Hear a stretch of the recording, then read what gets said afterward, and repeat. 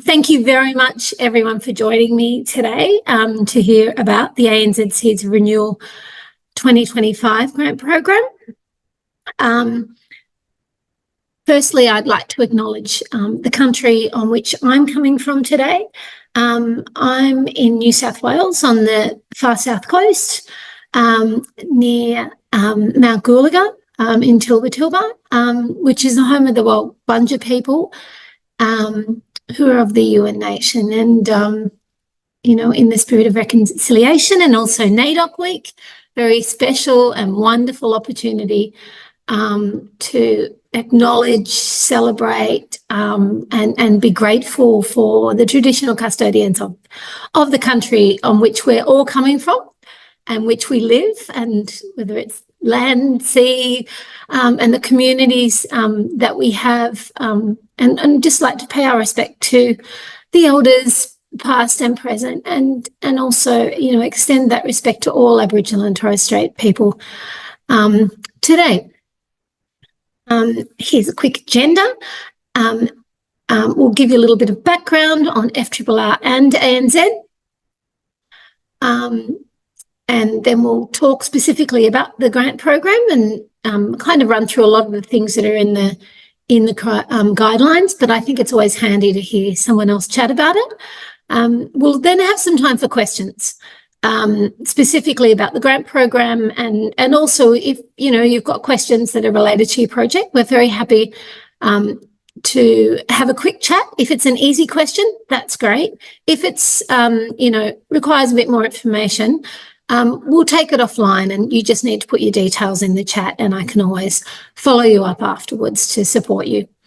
Following that, in part 2, we will actually do grant seeking tips and tricks, and some links to FRRR resources. So I appreciate some of you may be very experienced grant writers, and that you may not need to hang around for that, but feel free to. And as I said, we will have question time as well at the end, or even just time for discussion. I think it's sometimes a really great opportunity to hear what other people are doing in this space. So if you put your questions in the chat function or any other commentary in the chat function while I present, I will check on them, and we can also just have some questions from the floor. And just letting you know that everyone registered for this session will receive an email within 48 hours. That will include the slide deck and also a recording of the presentation. So don't feel that you have to frantically take notes on what's on the slides. So thank you very much. If you're new to FRRR, welcome.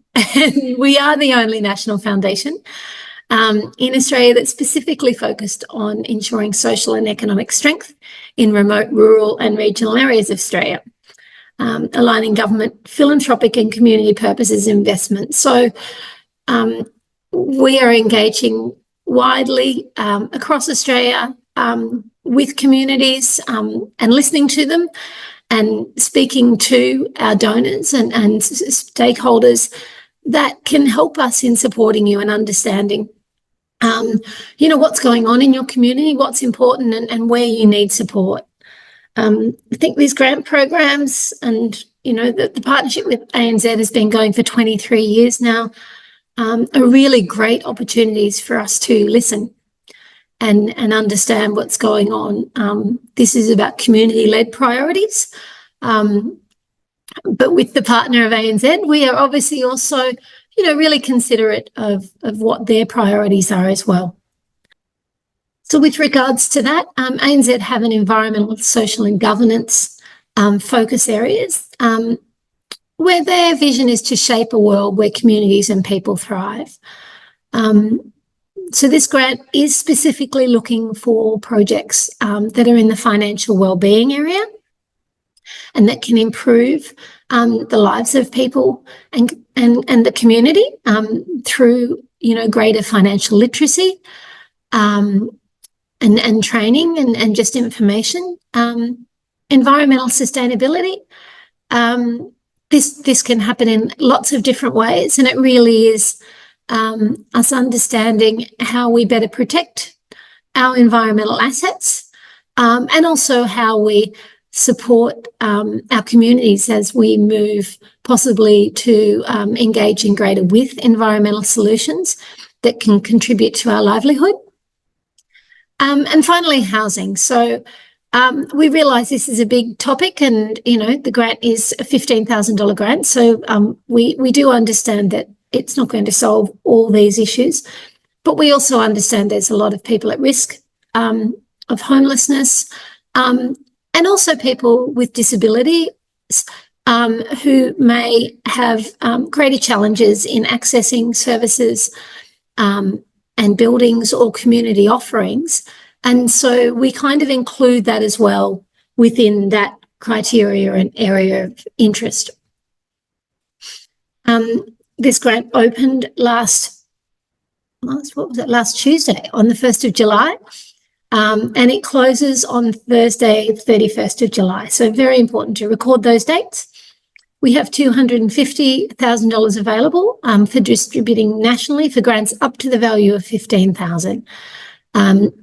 We do fund a range of grants through this. So I think we tend to fund around 20 grants a year. So, often between 1,000 and up to the maximum 15,000. As I said, these are the project areas that ANZ is focused on. But we also have an additional project area or of criteria, which is about projects that help communities thrive. I'll go into a little bit more detail on that.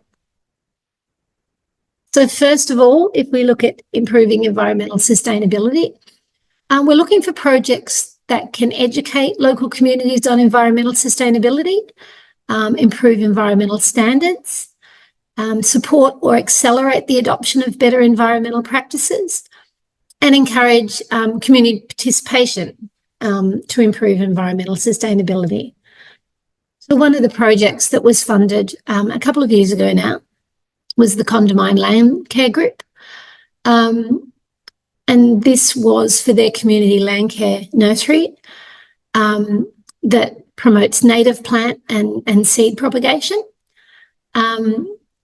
We funded them to set up on the land care site and purchase those additional materials of pots and potting mixes and potting benches. I think it's a really great example, and it tells you about what we fund in regards to, a project officer was employed 3 hours a week for 1 year. We understand that a lot of you are from volunteer organisations, and the support of actually a paid person to actually enable a project can be really critical, even for that small amount of time. It was great to see what happened. They gathered a crew of nursery volunteers who are meeting 3 to 6 times a week to manage the nursery plants. And, as we know, these community groups enable lots of different people to participate and engage with each other. So it really has great community outcomes, as well as that environmental sustainability. As you can see here, we also saw that, they were training of trainees in Cert 2 conservation programs. So you just see what a huge difference, almost $15,000 can do for a community. So improving financial well-being. So we have to remember these are grants with a charitable outcome. So we're looking to build financial knowledge in the community broadly, or with more vulnerable cohorts that would support better financial behaviour and decision-making, potentially job readiness or money management skills. Additionally, sometimes we see this might be about developing employment skills with people that will then support them in their job readiness. So, you can extend on this in a way. This is a really great example, only a $6,000 grant, and it was supporting school leavers with a disability to transition to employment. So it was training them in regards to understanding, money and financial independence. But also what it did was it was helping those people to then be able to impart their knowledge to other people in their community. So they were trained in financial literacy, and then they were actually tested in regards to their retention of the information and capability in presenting to their peers effectively. So I think you can see these projects tend to be quite layered.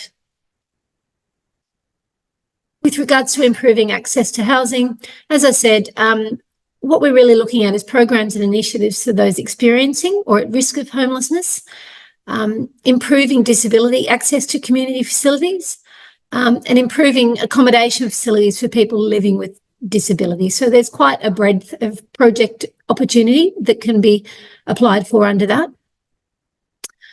With regards to this example, this Aboriginal corporation in Gunnedah, New South Wales, didn't have enough crisis accommodation, and this funding actually supported them for 12 months to actually have those funds to potentially pay for emergency hotel rooms when someone came to their door.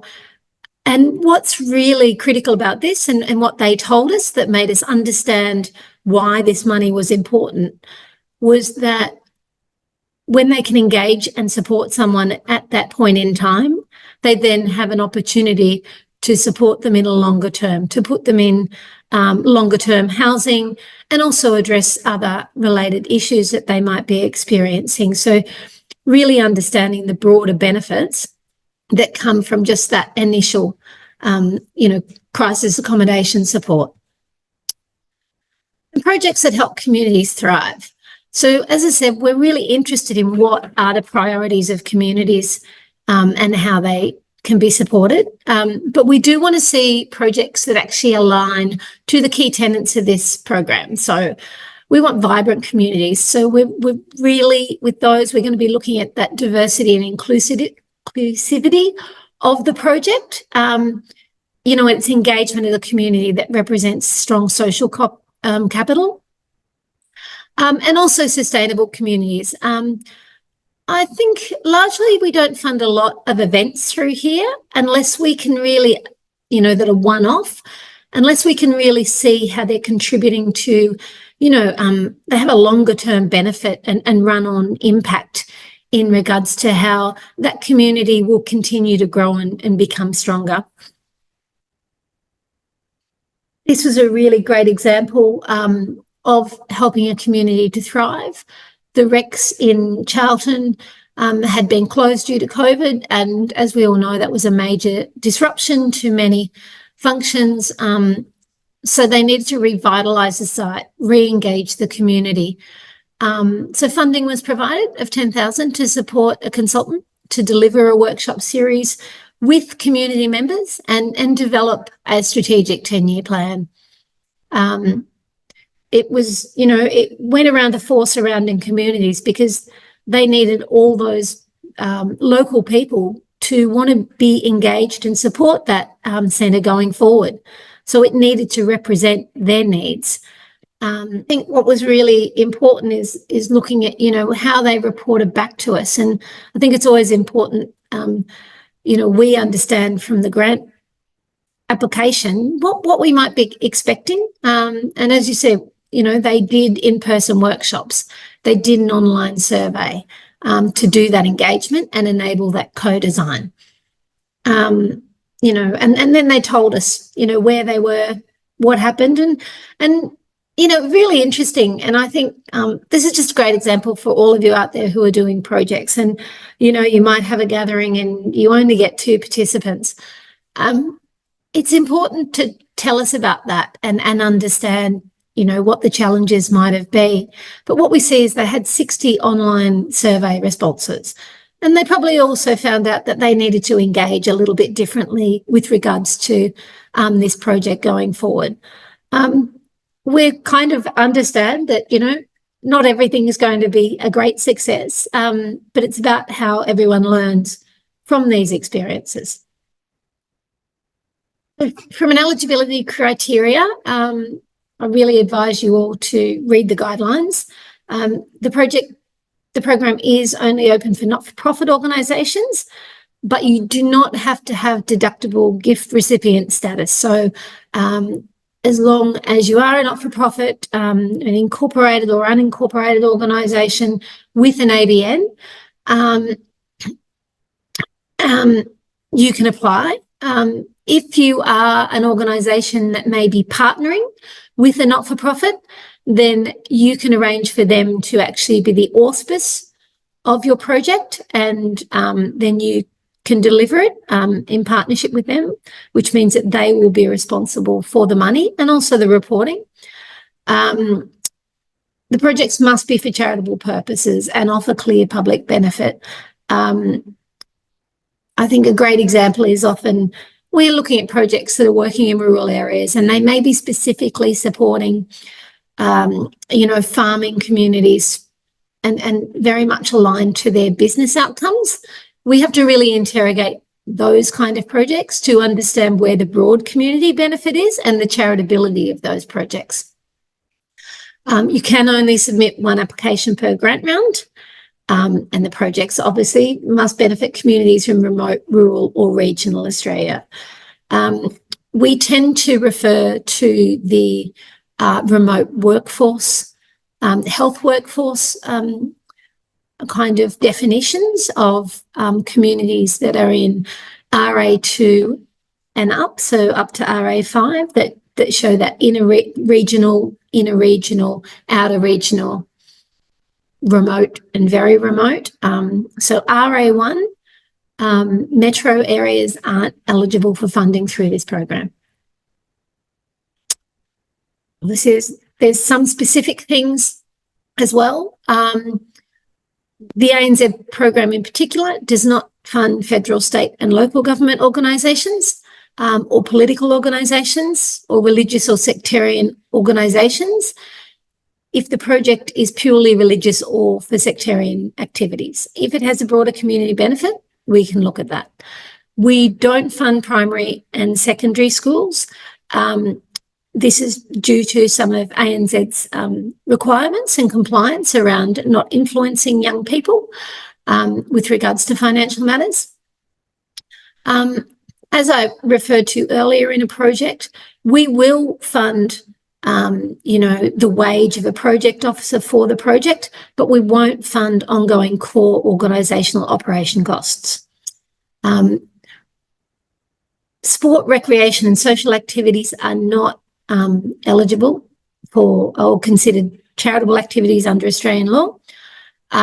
So sporting organisations need to really clearly demonstrate the broader and charitable benefit that results from a project that they apply for. I think the rest is pretty self-explanatory regarding overseas travel, prizes, gifts, trophies or awards. If you are having an event or you have, something engaging with the community that may be looking at that kind of activity, I suggest you look for alternative funding for that from a sponsor or from your own funds. The project is for charity, not private business, sole trader or private interests.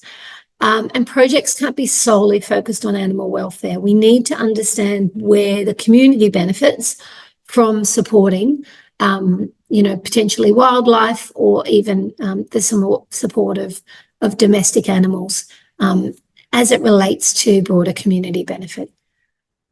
I think this is really more about administration.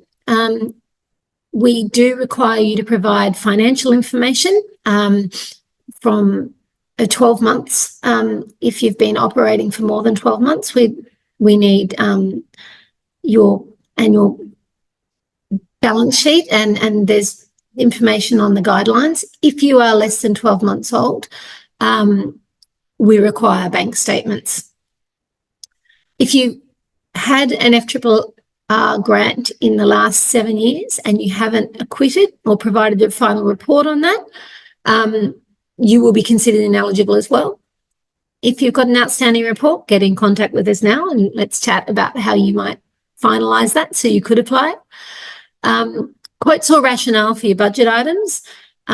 Anything with a value of $1,000 or greater needs to have either a formal quote or you need to rationale why you're putting that estimate in. we try to be, really open-minded. We understand that it can be difficult to get quotes from tradespeople, sometimes because they're busy. Additionally, even people speaking at an event, you may not be able to get a specific quote from them. So what we need is for you to rationalise why you're putting those costs forward, what you're basing it on, just not pull them out of the air. These projects are for to be beginning in late November, December this year, so they shouldn't be already occurring. We can't fund retrospectively. We can fund second stages of projects. So if you're doing something at the moment, but you're looking for the next stage of funding for that project in that November, December 2025 period to start, then we'll definitely consider that. If you're missing information and those kind of things, it's very unlikely that we'll follow up due to fairly high subscription on the program. Really quickly, what makes a project successful? You show that alignment with at least one of the focus areas. Sometimes you might be covering 3 or 4 of those areas in your program, but really try to, show us that strong alignment with one of the focus areas. Encouraging participation of marginalised community members, people that are more likely to miss out, and really ensuring that they can be supported or involved. Look at how you can build local capacity. If you're buying equipment, how does that get used in the future? Who else can access it in the future? Increasingly more organisations are sharing resources, and if we see that in an application, it's a really strong tick in regards to that relationship and thoughtfulness of building that local capacity. Overall, are we increasing people's ability to thrive as a result of the project? Really importantly, if you're working with local stakeholders, demonstrate the need and the relationships. A letter of support that says, we're excited about this project because we have this issue and we can see it addresses it, is a huge big tick for us. It just removes all these questions. Unsuccessful, when it extends an existing opportunity, so it kind of looks like you're doing something, you need funding for it again, you're struggling to make it a more permanent program or sustainability. If you're innovating, that's a different thing, but not like we need funding every year. And I know that is a real challenge with grant programs, but let's say how you can innovate, or how you're thinking about how you build the program to involve other partners and extend it. You really need to articulate the need or opportunity. I never think that someone's writing a grant because it's a nice to have. I appreciate that you all have really important things going on in your community, and this is important to you. You've put the time into writing an application. So just make sure you tell us, that real why about that. And once again, any lack of engagement with people you're saying that you're going to benefit or that you're partnering with is a real, just raises a big question for us. Really think, are you providing enough information? So I think some of the common things we see, we do get a lot of infrastructure or equipment grants. So we do need to understand who owns the building. And if you are leasing a building, that's okay, but we really want to see it's a long-term lease, and that you're not going to be installing an asset and you've only got a lease for 6 months. You're planning permits for disability toilets or other infrastructure that will require council approval. We need to understand where that process is, and hopefully a planning permit. How are you going to reach and recruit participants for the financial wellbeing program that you're doing, or another project? Please let us know the how of that. As I said, we acknowledge traditional owners, and we really are interested to see what consultation you're doing, particularly if they're regarding environmental projects or any other way that you are involving or engaging with them. who's developing your plans, particularly something like an environmental plan? What are the credentials? I keep going back to it. Why is the project really important to the community? And is the project charitable? Who is benefiting directly from its delivery? I had a really great example of that the other week for some dung beetles. And so we were questioning, how that was actually going to support the broader community in a flood area. There was definitely a benefit to landowners with that drainage. But further conversation kind of revealed that those roads had been impassable for 2 to 3 weeks following the heavy floods due to the drainage, and it changes between winter and summer because of the dung beetles. And so then we see that broader community benefit. We also understand that stagnant water isn't sitting around. So there's health kind of matters and environmental matters that are all covered there. So, you can answer those questions. And if you need to talk to me more about that, feel free to reach out. So now I'm going to come back to you and see if you've got any questions. Penny, one of the questions around the staffing for me is, if you have an ongoing person in a position doing other things, but part of their workflow will be running the project, being the project lead, can you submit just a portion, like a 0.2 or something of that person's existing role to run that project? Yes. Yeah. Yes, definitely. Just in regards to the process for ANZ, we consider how well the grants meet the criteria.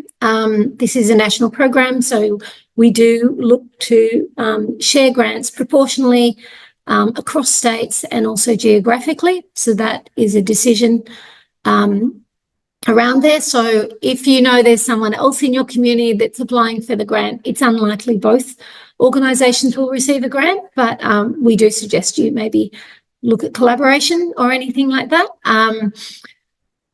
I'm a key assessor of the applications, and I work with FRRR grant support officers.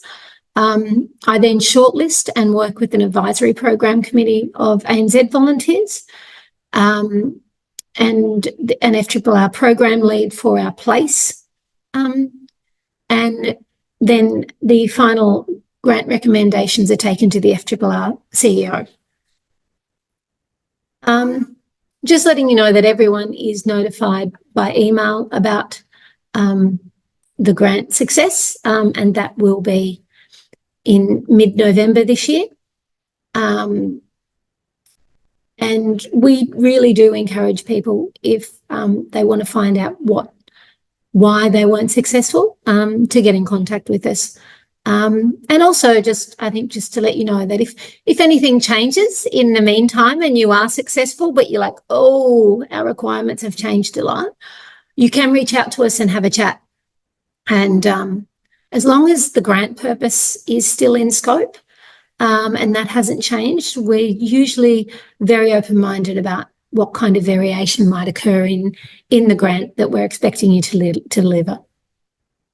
So now we'll go on to our tips and tricks. Some of this can seem quite basic, but I do find that it's just that really valuable checklist, and just a reminder and good practice, I guess, in regards to how you answer questions and making sure that you answer all the questions. So, it's planning and more planning.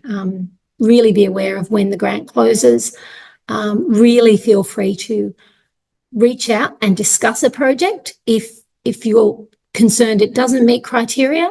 If you're familiar with FRRR, if you're not familiar with FRRR, we have several grant programs that operate, and if we can see a better alignment with another grant program, we will recommend you to that, and also, kind of advise you with regards to how to best position yourself there.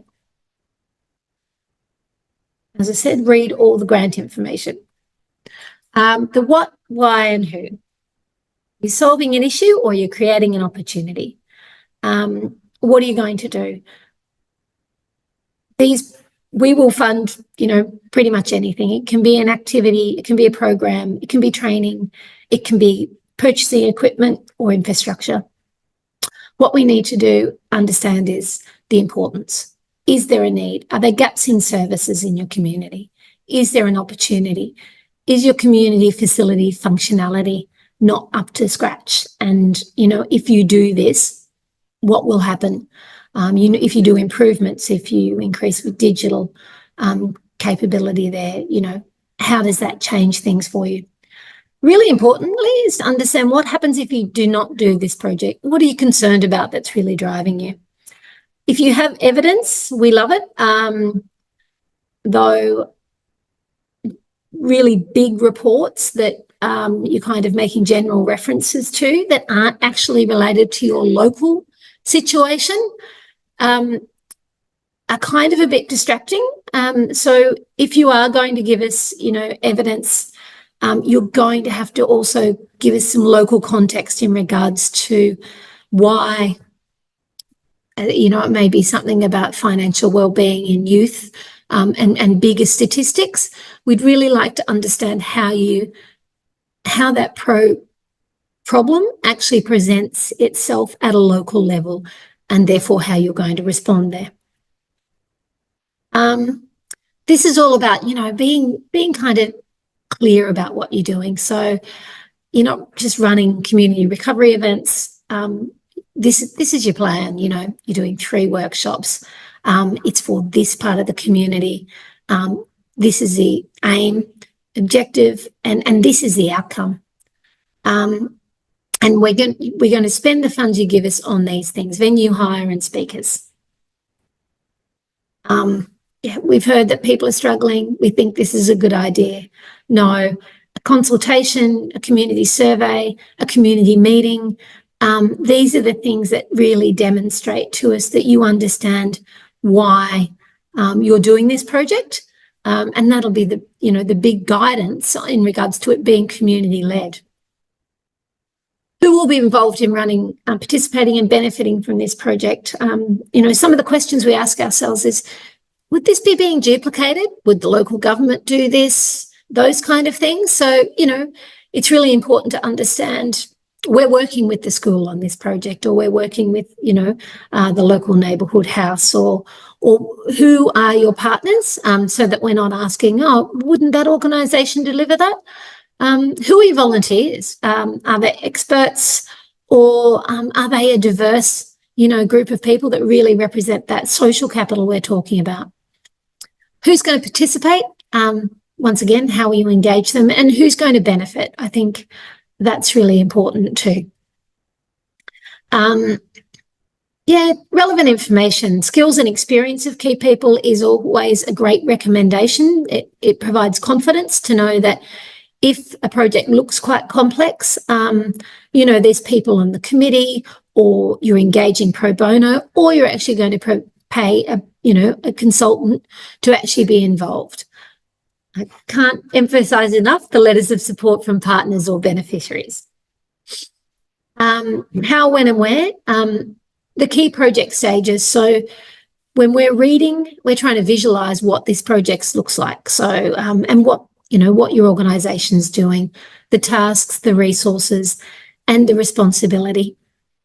The critical project dates, and the project site is critical. So once again, have you got permits? COVID safe plan. We kind of keep that in there just because we don't know what's going on, and it's ensuring that you're responsive to whatever's going on in the environment. We have had some environmental projects come through, and we have to ask ourselves, is there any flood risks that they're covering here that they haven't discussed and we're kind of conscious of in those communities? And how's the engagement with the local government in regards to this work, or local Indigenous people? Really importantly, I think to put in front of mind is, what does success look like? If this project's delivered, this many people will have increased their financial literacy, or will be supported finding or reducing their risk of homelessness, those kind of things. And I think that example from the Rex Theatre, just seeing how they reported, and you understand how evaluation and documentation can be planned at the beginning by thinking about success. You might say, okay, we want 50 people to come to this. Maybe only 5 came, but then you might see that, more engaged through your Facebook posts or those kind of things, and feedback was supported in different ways, and that's how you learn. The how, when, and where, once again, just avoid the vagueness. Votes or permits. As I said, it's really important to at least provide a rationale or an indication that you are engaging with council if you haven't quite got permits, that they understand your project and that they're in favour of it. Sometimes we understand they won't necessarily give a permit unless it's at a certain stage. You might be asking for design. So it's understanding, the likelihood of success there as well. Yeah, there can be several stages. Just try and include them all. You don't have to put lots of detail in, but it helps us when you might be asking the question of what happens at this point in time. The budget, there's a template in the FRRR applications, and I think there's a template in most applications. Please consider all costs and know that our grant, you need to include the GST of what you're purchasing, so it doesn't actually have an additional GST component on top of it. It's just the grant funding amount is intended to cover GST. Get quotes for larger items or costs, more than 1,000. So under 1,000, as long as still provide a rationale, because it will make it stronger. Don't just make costs up. Co-contributions towards the project are great. We often, will fund, part of a project. So don't be concerned to show us that, you've got 60% of the funds for a project, through some other income sources or other supporters or other sponsorships. That shows us, particularly who those people are, that project's important, and therefore we would like to be a part of that support as well. So never be concerned that you're getting support from other places. Once again, in kind is a really good indication of who's involved in the community and what kind of support they're willing to offer to enable you to actually, realise your project. I really like this little tip sheet in regards to writing the application. I think sometimes people feel that they need to impress us with florid language, and it's also really important sometimes. People do give us lovely perspectives on their community, and that's great, but do try and be clear and simple in your language. Assume the reader knows nothing about your organisation, so be careful with those acronyms and those kind of things. Be specific when answering questions. Avoid technical language and define words where necessary. Use evidence to support claims. Make it clear how you're going to use the requested funds, particularly if it's part of a bigger project. And use facts, not opinions. If you are a new grant seeker, or you're just looking to improve the way you actually, write grants and learn about it, we've got a great Grantseeker resources page on the FRRR website, so please feel free to go in there. There's videos and there's frequently asked questions, and there's some really, really good information in there, I think, and also examples of other projects. If you want to have a look at, what ANZ has funded in the past, the easiest way is to go into the program webpage and click on the past programs. That'll bring up a media release, and it'll also show all the projects and organisations that have been funded in the past. Obviously, open now is ANZ Seeds of Renewal. The Nutrient Ag Solutions Community Grants opens tomorrow. It's for grants up to 5,000. It's quite broad, just supporting communities to thrive and be sustainable. And Strengthening Rural Communities is our core program that has a grant value up to $10,000, and it's run 4 times a year. And so when one round closes, another round opens. So you can kind of be guaranteed to be able to have an opportunity to put that in, a grant in, throughout the year for that. So that's the conclusion of the webinar. It is closing on the 31st of August. That's a Thursday, and it's 5 p.m. AST Victorian time. I don't give extensions as a rule, but I do, where possible, if someone's rung, if people are having difficulties, I'm always open to, hearing and understanding their issues. So if you think you're going to have challenges in the time leading up to delivering that grant, please contact FRRR so we understand, what your challenges are and how we can help you. Now, is there any questions? Still nothing in the chat, so that's all good. I have got a question. Sorry. No, don't apologise. Hit my non-mute button. You said earlier, and it makes sense, one application per entity for that grant. Mm-hmm. Does that apply to across FRRR's different grants, or the same entity can apply for each of those grants that you've said are available? Oh, no, you can apply for each of those grants. Yeah. Okay. Yep. Definitely.